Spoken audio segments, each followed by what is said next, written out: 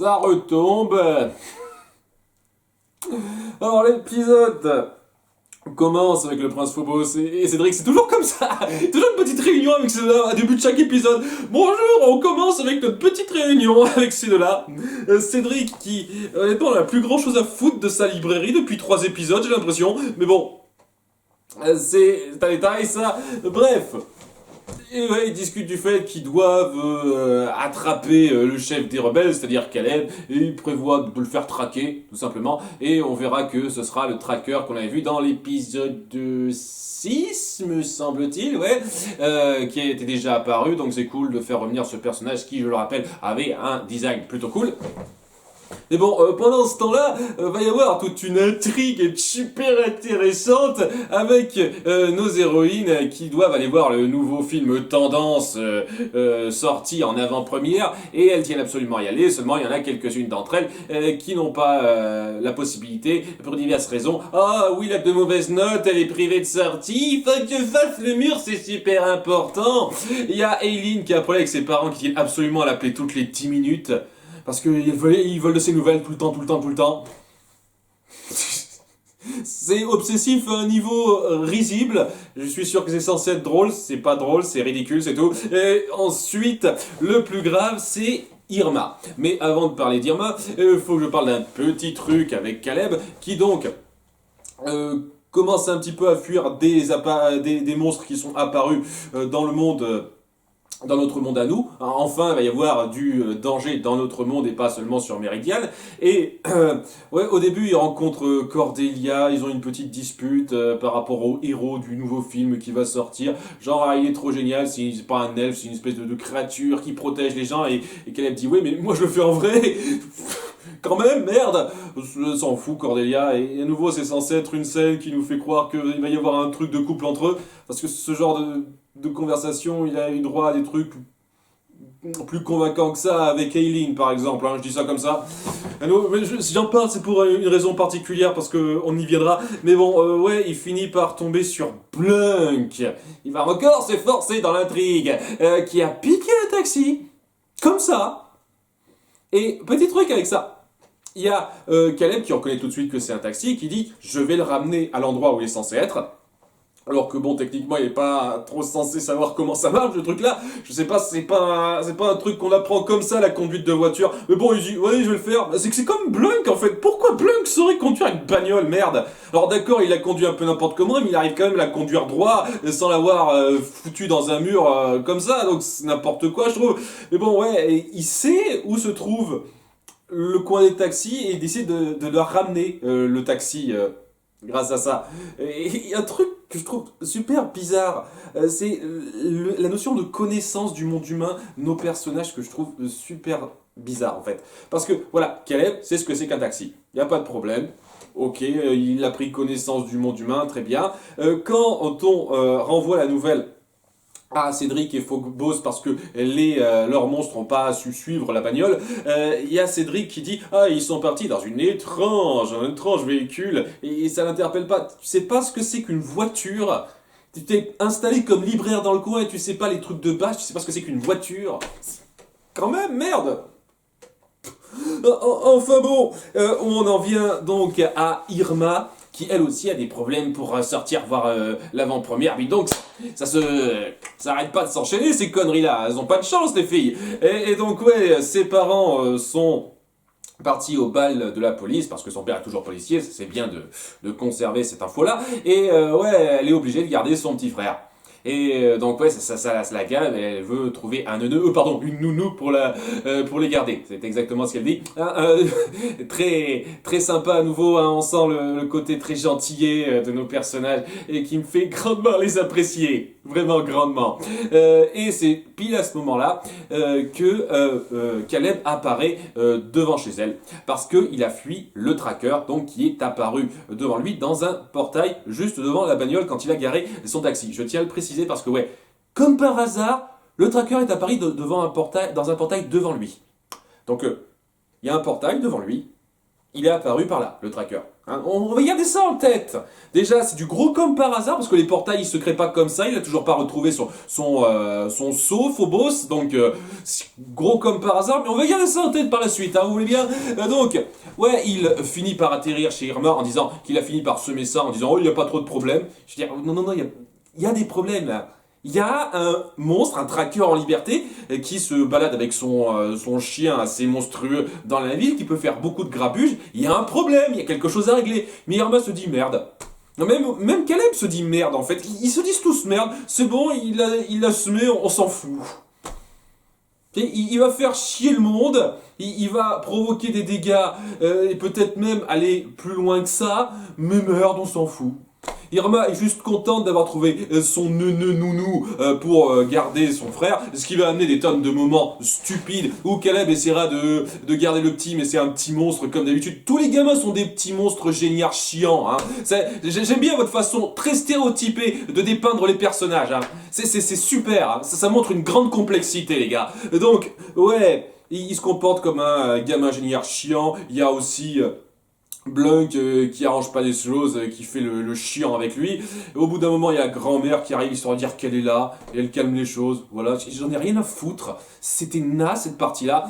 Et donc, ouais, nos 5 héroïnes ont dû manipuler un peu les choses pour pouvoir se rendre là, surtout Irma et Will qui à la fin recevront la juste monnaie de leur pièce puisque leurs mères se rendront compte de ce qu'elles ont fait et elles seront punies par la suite. Et à nouveau ce sera comme dans l'épisode précédent, il n'y aura pas de suite à ça. C'est-à-dire elles seront punies mais ce sera passé le temps et puis après... rien à foutre, hein. Il y aura plus ce petit problème là, ce sera plus précisé après, j'en suis presque certain. Donc, ouais, elles se rendent à la file d'attente pour voir l'avant-première parce que c'est super important de voir ce film en avant-première et de pas attendre quelques jours pour le voir, hein. C'était impératif de le voir à ce moment-là. Et c'est à ce moment-là que le médaillon de Will réagit à la présence du tracker, sachant qu'Irma n'a rien dit. Hein. Irma est partie au cinéma, on n'a rien à foutre de cette présence-là dont elle est au courant, et il faut que le médaillon de Will réagisse pour leur dire, déjà leur afficher le tracker, et il a ce pouvoir-là aussi, hein. Et il a tous les pouvoirs ce médaillon, merde, hein. C'est du moment que ça peut arranger le scénario, les scénaristes vont sortir tous les pouvoirs de leur cul dans ce médaillon, hein. C'est super. Et donc ouais, ça leur indique que le tracker est là, ça leur montre l'image du tracker avec son chien, et ça sert à rien en plus puisqu'il passe juste à côté d'eux après. Et étant donné que c'est une soirée où il faut se déguiser un petit peu en monstre, en créature de ce monde fantastique qui est dépeint dans le film, et ça attire l'œil de personne. Là, c'était relativement malin à ce niveau-là, mais ouais, quand même, il passe juste à côté d'eux, le tracker, elles savent qu'il est là, et ce coup-ci, bon, elles vont être un petit peu obligées de s'en charger. Seulement, elles essayent quand même de jongler avec le fait qu'elles veulent absolument voir cette avant-première, c'est impératif. Et ouais, elles vont se relayer pour garder... leur place, voilà, pour pouvoir commander les billets à temps.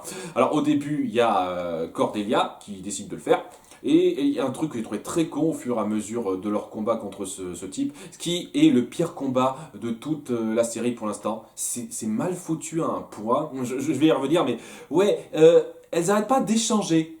Il y a Cordelia qui se fait remplacer par Eileen pour garder la file pour qu'elle puisse participer. Et puis, à bout d'un moment, il y a Irma qui vient remplacer Eileen parce qu'ils ont besoin de son pouvoir de l'air. Sachant que il n'y a aucune situation mise en place qui nous fasse croire que oui, c'est impératif que à ce moment-là, Cordelia intervienne ou qu'à ce moment-là, Eileen intervienne. C'est juste n'importe quoi.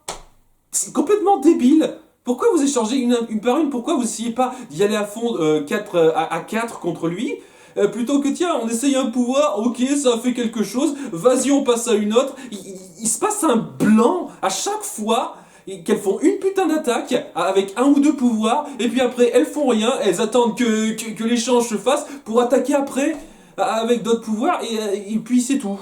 C'est n'importe quoi, ce combat stupide. Ce combat est tellement mal foutu et mal mis en scène, c'est extraordinaire. Et le truc avec ça, c'est que j'avais pas remarqué ça avant, mais il semblerait qu'elle puisse pas se résigner à abattre pour de bon ce genre de créatures, sachant qu'elles ont ce genre de pouvoir techniquement, hein, elles peuvent manipuler l'eau, le feu, etc. Ce genre de truc qui devrait les mettre KO et facilement les détruire, je pense, en réglant ça bien. Il y a ce fameux pouvoir qu'on voit au début du film. De la série, où elles réunissent leur pouvoir des 5 là pour faire une espèce de boule d'énergie. Ce n'est plus du tout fait depuis ce temps, et elles en discutent même pas. Mais bon, là, cette scène de combat est complètement foutraque et mal fichue. Elle l'attaque d'un coin à l'autre tandis qu'il continue son progrès en n'en ayant quasiment rien à foutre. Genre, je me suis fait attaquer, je me suis un petit peu ennuyé pendant 10 secondes, je poursuis mon chemin. Et au bout d'un moment, Caleb se rend compte qu'il se dirige vers lui et décide de partir avec Blunk pour l'attirer dans un portail. Et son plan, ça va être donc d'attirer le tracker afin de le faire entrer dans un portail et de le refermer. Alors, un portail très simple qui marchera très bien, c'est celui où il est apparu devant toi, hein, lorsque tu as ramené le taxi à bon port. Mais non, tu vas partir sur portail, un portail qui se serait formé pile poil au cinéma. Mais quelle coïncidence! Comme par hasard au cinéma où le film est diffusé. Oh, dites donc, qu'est-ce que ça tombe bien. Et donc, ouais, c'est complètement con. C'est complètement débile quand on y réfléchit une seconde. Parce que les portails s'arrêtent pas de se former n'importe où. Si vous le mettez dans ce portail, le tracker, qu'est-ce qui l'empêchera d'en prendre un autre et de revenir? Vraiment, je pose la question, qu'est-ce qui l'empêchera de faire ça? D'autant plus qu'il y a déjà un portail tout prêt, tout fait, là où il est apparu la première fois, qu'il pourrait reprendre, et il y aurait d'autres portails qui se formeront. Et apparemment, ils n'ont pas trop de problèmes à les trouver, ces portails, pour rentrer et sortir, que ce soit nos gentils comme nos méchants. Parce que, aussi, à la base, il y avait un autre portail par lequel sont passés les 2 sbires qui ont suivi Caleb au début. Donc ce portail-là aussi existe. Et vous en avez rien à foutre. Donc, oui, vous allez faire entrer le tracker dans ce portail, c'est bien, et le refermer juste après. Mais qu'est-ce que ça change, bordel? Qu'est-ce qui l'empêche de revenir? Vous allez faire comme si c'était une histoire réglée, pas de problème, alors que non, il peut revenir à tout moment. C'est complètement débile. Pendant la poursuite contre Caleb, il y a donc notre groupe qui suit le mouvement et qui doit protéger Caleb à un moment donné. Il y a besoin des pouvoirs de la Terre. Et alors, il y a Cordelia qui nous sort comme ça. Mais alors, comme ça, ok, je vais sauver Caleb, mais ça veut pas dire que je suis amoureuse de lui. Quoi? Cache, elle dit ça comme ça. Quoi? Alors, je sais qu'il va y avoir un truc entre deux puisqu'on me l'a spoilé. Mais c'est clair et net que jusqu'à présent, je vous cache pas que j'aurais pas remarqué ça. Parce que ça n'a pas du tout été mis en place de façon un tant soit peu visible ou quoi que ce soit. Donc j'aurais clairement pas remarqué ça. Je le dis tout de suite, hein, si on me l'avait pas spoilé, je l'aurais pas remarqué. Mais ce genre de réplique sortie comme ça de votre cul, c'est complètement stupide. C'est comme ça que vous voulez enclencher cette espèce de début de relation de couple entre eux? En disant « Ah, je vais sauver Caleb, mais c'est pas parce que je suis amoureux de lui, hein !» Le petit numéro de tsundere débile qui sort de nulle part, c'est ça votre début d'enclenchement de relation entre deux? C'est complètement stupide. Enfin bon, c'est... Ah, elle le sauve. Il parvient donc à l'amener au cinéma, et pas mal de moments gaguesques chiants, et ils finissent par se retrouver devant la salle de projection, parce que pile poil devant la salle de projection du film, qui se retrouve ce putain de portail, à nouveau un gros comme par hasard, et les gens croient qu'il s'agit d'une cascade, donc que c'est pas pour de vrai, et il finit par être mis dans le portail, et Caleb parvient à en sortir de justesse, et comme ça les filles peuvent le fermer, et tout est bien qui finit bien, sauf que non, il peut toujours revenir à n'importe quel moment, le tracker, c'est pas du tout résolu ou quoi que ce soit, mais c'est considéré comme résolu dans cet épisode. Merde, ça se termine avec toutes les filles qui ont dormi de fatigue à cause de ça, sauf Eileen, parce que gag, et... Peut-être que j'ai trop élevé mes espoirs après l'épisode précédent qui a su vraiment rehausser le niveau, mais... C'est vraiment médiocre. Ça vole pas haut, et c'est stupide dès lors qu'on y réfléchit. Vraiment stupide. Non seulement c'est un épisode filer de merde qui ne mène nulle part, mais ça s'inscrit tellement mal dans la logique de votre récit global que ça vaut encore moins que ce que ça vaut intrinsèquement. Ça plombe le récit, ça. Et si on essaye d'inclure ça dans le grand récit, tout simplement, ça a encore moins de valeur que ce que ça en a. Et déjà que ça a très peu de valeur, là, c'est naze comme épisode, vraiment naze. D'après ce que j'ai compris en commentaire, ça va commencer vraiment à décoller à partir de l'épisode 14. Donc techniquement, il m'en reste encore 4 à supporter de cet acabit-là, semble-t-il, pour pouvoir voir enfin quelque chose qui vaut le coup. Je pensais que c'était bien parti dans l'épisode précédent, mais c'est redevenu cette espèce de soupe sans intérêt pour l'instant. On verra, peut-être que ça arrivera à se rehausser au niveau de l'épisode précédent par la suite. C'est ce que j'espère. À bientôt pour l'épisode 10, bye.